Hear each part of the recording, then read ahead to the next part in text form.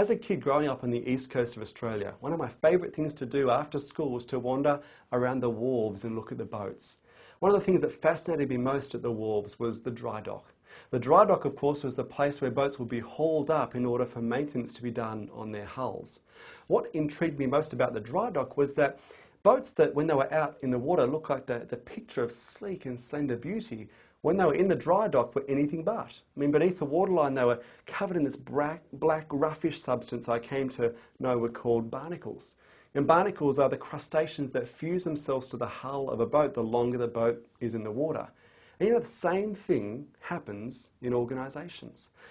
The longer an organisation is around, the more, not barnacles, but traditions and bureaucracies attach themselves to the organisation and eventually slow the organisation down.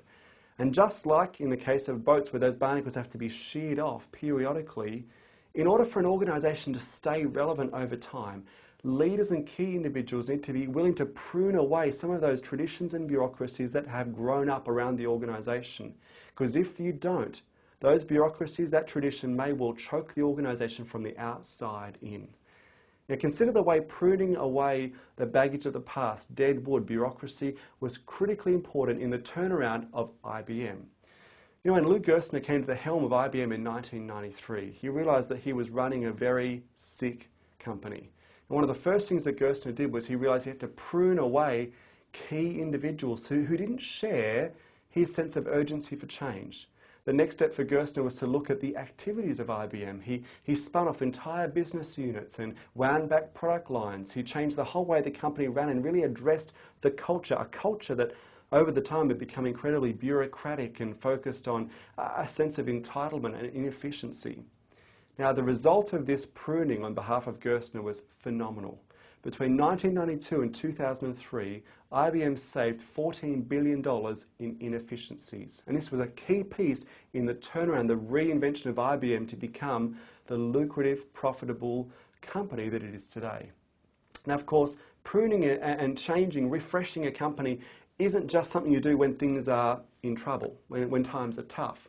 Smart leaders actually press the refresh button and prune away the things of an organisation from the past that maybe are holding the organisation back before they get into trouble. Consider DuPont as a company that's done this.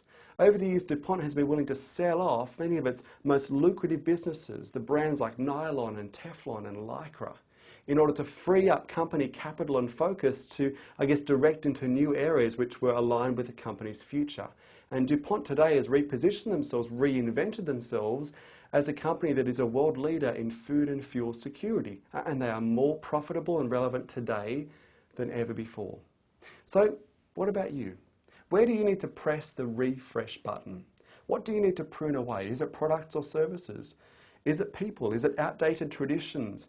Is it bureaucracy that perhaps has crept up over time? Or is it even people, key individuals who perhaps aren't in alignment with where you need to go next?